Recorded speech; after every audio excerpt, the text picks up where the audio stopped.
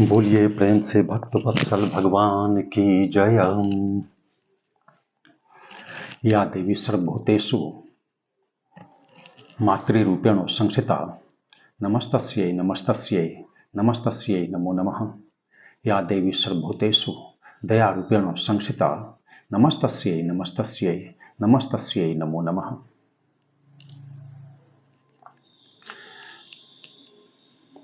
श्रीमद्देवी भागवत का प्रसंग है। एक बार राजा जन्मेजय ने वेदव्यास मुनि से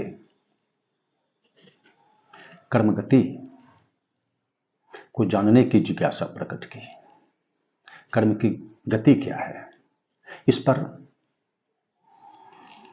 भगवान वेदव्यास मुनि ने राजा जन्मेजय को बतलाया कि हे राजन,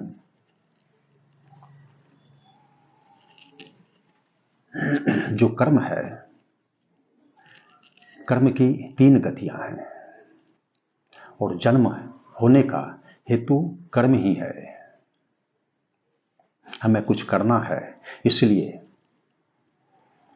जन्म का औचित्य है। यह इसकी वैज्ञानिकता है। वैज्ञानिकता जैसे कि रोग भी साधारणतया यौन नहीं हो जाया करता।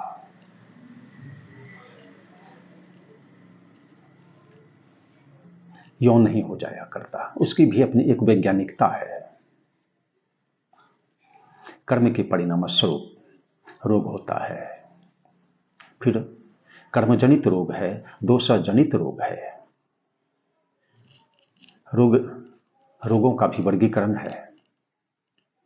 कर्मजनित रोग, दोषजनित रोग और आगंतुक रोग।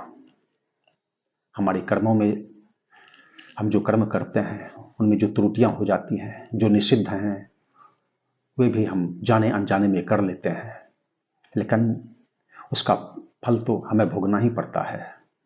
यह उसकी वैज्ञानिकता है। रोग होने की वैज्ञानिकता क्या है? आयुर्वेद में इसका उल्लेख है। रोग होने की वैज्ञानिकता तो जन्मज रोग है। जन्म ही वैसा कर्म के परिणाम स्वरूप कि वह रोग हो गया। इसके बाद दूसरा दोषज भी है। दोष के परिणाम स्वरूप वात, पित्त, कफ, फिर उधर रजोगुण का बढ़ जाना, मानस दोष, और उधर कायिक दोष, वात, पित्त, कफ, उसके अनुसार रोग। तो एक कर्मज रोग, एक दोषज रोग और एक आगंतुक रोग। आगंतुक जैसे हम चल रहे हैं, फिसल गए, पैर टूट गया, यह आगंतुक है। तो रोगों का वर्गीकरण इस तरह से आयुर्वेद में है। उसी तरह से हमारा जो जन्म होता है, इसकी भी वैज्ञानिकता है। कर्म की 3 गतियां वेदव्यास मुनि ने बतलाई राजा जन्मेजय को, जिसका कि उल्लेख है श्रीमद्देवी भागवत में। कर्म की 3 गतियां उन्होंने बतलाई। कौन कौन है? तो एक वर्तमान है, मतलब जब हम क्रियमाण कर्म कर रहे होते हैं, अभी भी हम कुछ कर रहे हैं, तो यह कर्म की कौन कोटि के अंतर्गत इसकी गणना है? इसे क्रियमाण कर्म कहते हैं। और इसका संचय होता है। संचय जैसे कि यहां भी हमारा अकाउंट है, अपने बैंक में पैसा जमा करते हैं, हमारे नाम से वह राशि जमा होती है। तो उसी तरह से क्रियमाण कर्म हुआ, उसके बाद उसकी परिणति संचित कर्म के रूप में होती है। संचित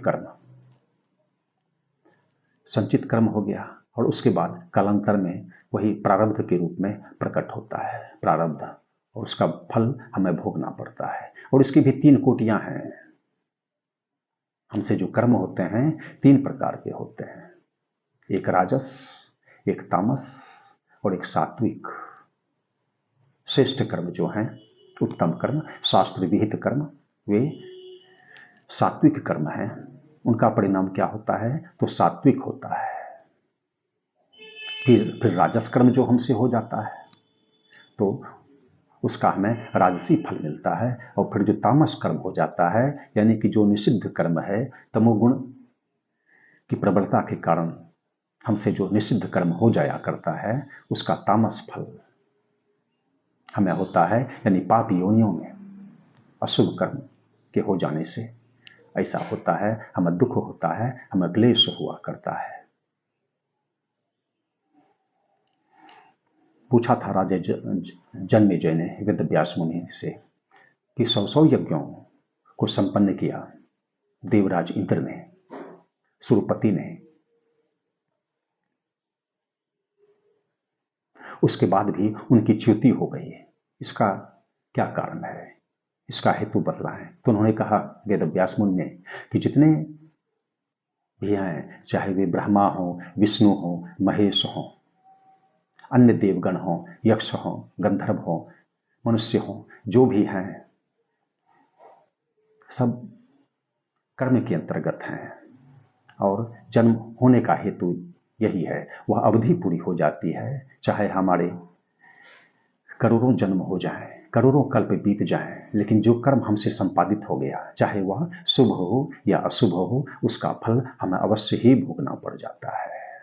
श्रीमद् देवी भागवत में भगवान श्री कृष्ण ने उल्लेख किया, गहना कर्मणो गति, कर्म की गति गहन है, इसलिए वैसा फल हमें भोगना पड़ जाता है। इसलिए बड़ी अच्छी युक्ति बतलाई भगवान श्री कृष्ण ने श्रीमद् भगवत गीता में कि हम अनासक्त भाव से अपने कर्म का संपादन करें, अनासक्त भाव से। और इसी का उल्लेख श्री रामचरितमानस में भगवान श्री राम करते हैं, असंत के गुणों के उल्लेख के क्रम में। त्याग ही कर्म शुभाशुभदायक, त्यागहु नहीं कहते हैं, त्याग ही कहते हैं, मतलब छोड़ते हैं। छोड़ें ऐसा नहीं कहते हैं, छोड़ते हैं। त्याग ही कर्म शुभाशुभदायक। तब क्या करते हैं भाई, समय तो है, या समय हमारा जीवन कैसे बीतता है, तो भजा ही मोहि सुर नर मुनि नायक। जो सुर हैं, देव या देवगण, सुर, मुनि,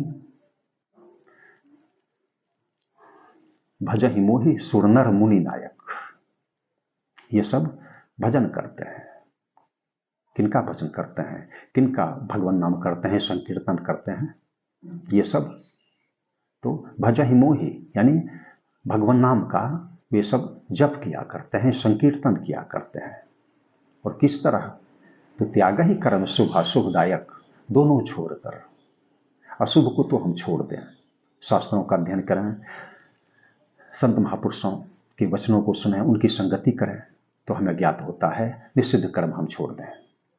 लेकिन जो विहित कर्म है उनका संपादन तो करना है तो अनासक्त भाव से, अनासक्त भाव से हम दान दें, आसक्त भाव से नहीं कि हमें भी इसका पुण्य मिलेगा, इस भाव से नहीं। हम गंगा स्नान करने जाएं तो इस भाव से नहीं कि हम गंगा स्नान करने जाते हैं, इससे हमें अच्छे फल की प्राप्ति होगी। हम कुंभ स्नान करने जाएं, त्रिवेणी स्नान करने जाएं, प्रयागराज जाएं, इस भाव से ना जाएं, अनासक्त भाव से जाएं। आसक्ति के प्रति हमारी उदासीनता हो जाए, हम अनासक्त हो जाएं, इसकी बड़ी आवश्यकता है। और उस अवस्था में जब कर्म होता है, कर्मण्येवाधिकारस्ते मां फलेषु कदाचन मां कर्म फल हेतुर्भूमा तिसंगो अस्तु कर्मणि। हमारा कर्म करने मात्र में अधिकार है, फल में नहीं। और फल में नहीं, वह तो और आगे की बात है, फलाशक्ति भी हम में ना हो, फलाशक्ति भी नहीं, इसके प्रति भी हम निरपेक्ष हो जाएं, अनासक्त हो जाएं। हम बस कर्म करते चलें, कोई अपेक्षा नहीं, कोई उम्मीद नहीं, कोई आशा नहीं, इस भाव से। और तब हम क्लेश रहित हो जाएंगे, दुख रहित हो जाएंगे, दोष रहित हो जाएंगे। और इस अवस्था का जो हमें फल मिलता है वही हमारे लिए श्रेयस्कर है। मातु पिता गुरु विप्र न मानहि, इनको माने हम लोग जब तक वे लोग हैं, माता पिता गुरु, जब तक वे सब शरीर में हैं, इस अवस्था में हैं, हम लोग उनके वचनों का पालन करें, उनकी आज्ञा का पालन करें। जब ज्ञात हुआ भगवान श्री राम को, देखा कि उनके पिताजी कूप भवन में बहुत दुखी हैं, अति चिंतित हैं, तो माता कैकेयी से उन्होंने पूछा। और जब इसकी भनक लगी भगवान श्री राम को कि वन गमन करना है, तो भगवान श्री राम ने कहा कि सुनो जननी सोई सुत बर भागे, जो पितु मातु चरण अनुरागे। धन्य जन्म जगती तल तासु, पितहि प्रमोद चरित सुनि जासु। चारि पदारथ करतल ताके, प्रिय पितु मातु प्राण सम जाके। सुनो जननी सोई सुत बर भागी। हे माते सुनो, सुनो जननी सोई सुत बर भागी, वह पुत्र बड़ा ही भाग्यवान है। सुनो जननी सोई सुत बर भागी, कौन? जो पितु मातु चरण अनुरागी, जो माता और पिता के चरणों का अनुरागी है। ये सब जैसा कहते हैं, माता पिता जैसा कहते हैं, उसकी आज्ञा का पालन करते हैं, तो वे जो पुत्र हैं वे बड़भागी हैं। सुनो जननी सोई सुत बड़भागी, जो पितु मातु चरण अनुरागी। चारि पदार्थ करतल ताके, यहाँ तक कहा चारि पदार्थ धर्म अर्थ काम मोक्ष चारों की प्राप्ति कैसे? मातृ पितृ सेवन मात्र से। चारि पदार्थ करतल ताके, प्रिय पितु मातु प्राण समझा के। जिनके माता पिता प्रिय हैं ऐसे पुत्र, तो चारों पदार्थों की प्राप्ति उन्हें सहजता से हो जाया करती है। इसलिए सौभाग्य है कि जब तक माता पिता हैं उनकी सेवा करें, उनके वचनों का, उनकी आज्ञा का हम लोग पालन करें। 3 तरह के पुत्र बतलाए गए हैं। पुत्र 3 तरह के। एक वह पुत्र है जिसे कि माता पिता ने आज्ञा नहीं दी, पुत्र को पता लगा कि क्या करना है और उस पुत्र ने कर दिया, यह उत्तम पुत्र कहलाता है। और मध्यम पुत्र वह है जो कि कहने पर करता है, और अधम पुत्र वह है जो कि कहने के बाद भी पता नहीं कब करेगा, नहीं करेगा, कितना करेगा। यह अधम पुत्र भगवान श्री राम को राजा दशरथ ने कहा नहीं, न आदेश दिया और न ही गिड़गिड़ाकर कहा कि पुत्र मैं क्या करूं, तुम वन चले जाओ क्योंकि मैंने वचन दिया है। रघुकुल रीति सदा चली आई, प्राण जाहि पर वचन न जाहि। मैंने वचन दे दिया है, इसलिए मेरी व्यवस्था को समझो और तुम वन को चले जाओ 14 वर्षों के लिए। ऐसा नहीं कहा, मात्र भनक लगी भगवान श्री राम को, इसलिए विमर्यादा पुरुषोत्तम भगवान श्री राम है।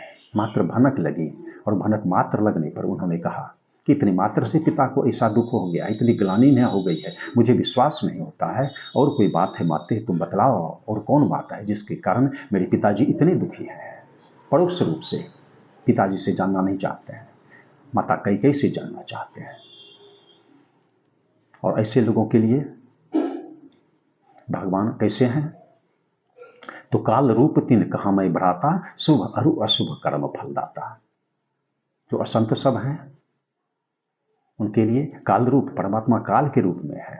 काल रूप तिन कहा मैं भ्राता, शुभ अरु अशुभ कर्म फलदाता। जो शुभ कर्म होता है और शुभ कर्म होता है। परमात्मा यद्यपि भक्त वत्सल हैं, तथापि कसौटी कर्म है, कर्म प्रधान विश्व करी राखा, जो जस करे सो तस फल राखा। इस आधार पर भगवान कर्मों का फल जीवों को दिया करते हैं। इसीलिए तो कहा कि बंध मोक्ष प्रद, परमात्मा बंधन और मुक्ति दोनों के हेतु हैं। बंधन की हेतु इसलिए क्योंकि हमें आसक्ति है, हमने कुछ चाहकर किया है, इसलिए परमात्मा हमारे बंधन के भी हेतु हैं। और मोक्षप्रद इसलिए क्योंकि अब हमारी कोई आकांक्षा, कोई मनोरथ नहीं रह गया है, इसलिए मोक्षप्रद। बंधन और मोक्ष दोनों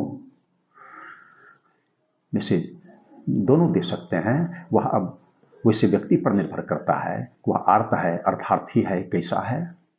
जाकी रही भावना जैसी, जिस भाव से यो मम यथा प्रपद्यन्ते तं तस्य भजाम्यहम्, जैसी उसकी भावना है, परमात्मा उस रूप से उसको फल दिया करते हैं, उसे प्राप्त हुआ करते हैं। तो आज आपकी सेवा में भगवान नाम के संदर्भ में और इस प्रसंग के निरूपण के संदर्भ में हम लोगों ने इतना ही श्रवण किया। कालांतर में पुनः श्रवण करेंगे। सीताराम सीताराम सीताराम जय सीताराम, सीताराम सीताराम सीताराम जय सीताराम, सीताराम सीताराम सीताराम सीताराम सीताराम सीताराम सीताराम सीताराम सीताराम सीताराम सीताराम जय सीताराम सीताराम सीताराम